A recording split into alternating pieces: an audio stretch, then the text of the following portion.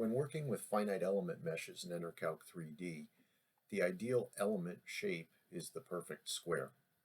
And any time that element shapes vary from square, it's possible that the accuracy of the analysis results can start to degrade. Now, it's obviously not possible to always work with perfect squares, but there are some general guidelines that we can apply that will help.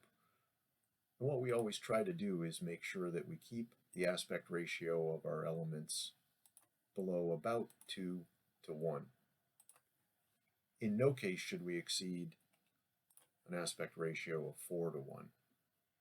So in terms of this element that I just drew, it's far too long and rectangular to produce accurate results.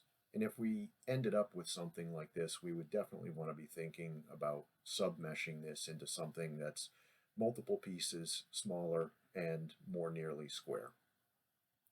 One of the other things that comes up is what we call warped shells. One of the ways that a warped shell can be created is if the element is not drawn in a clockwise or counterclockwise way. These are also to be avoided. We always want to make sure that we draw either clockwise or counterclockwise, and that we don't do something like I drew here that produces the bow tie or the hourglass shape. Those also are not useful and definitely to be avoided. There's another kind of warp that can happen as well, and that is an out of plane type warp.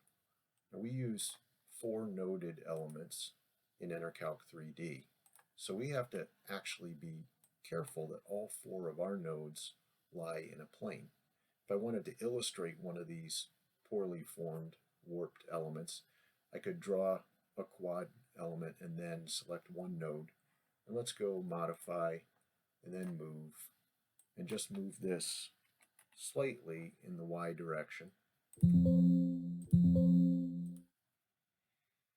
And now what I can do is rotate the model so that we look at it edge on.